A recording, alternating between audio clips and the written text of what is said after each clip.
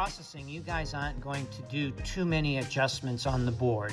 Everything has been set as far as gain structure, preamp, high pass filter, gate, compression. But I just want you to have an overview or an understanding of what that is. Now, if you come up to the board, and let's just say that you are on the scenes page and you wanted to see what the processing settings are for a particular channel.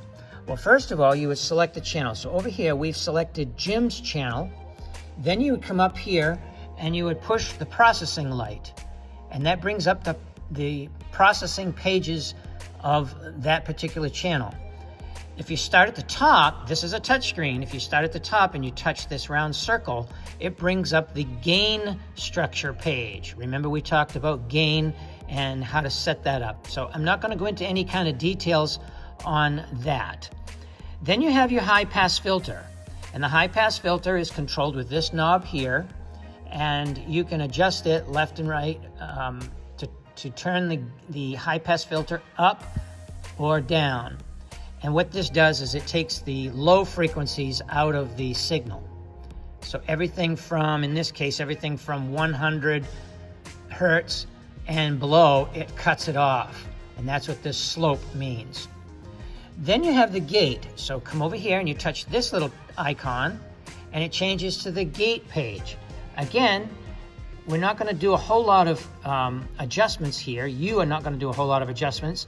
The gates and compression and high pass filter and preamp gain structure has all been preset. But I just wanted you to understand what this page is. If you have questions on these parameters, you certainly can ask me and we can go over it. So then we have equalization. And equalization is important to make the channel, whichever input you're using, to make it sound good. And so when you see these lines below this center line, everything that's below that line is being cut. So in other words, the high pass filter in green is taking the real low frequencies out of this input. And then right here around 200 hertz is being pulled down.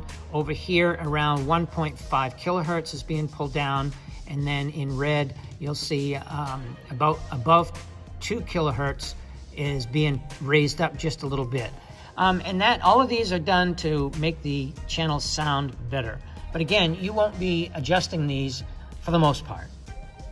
So then we come down to compression, and we touch this little button down here and you go to the compression page.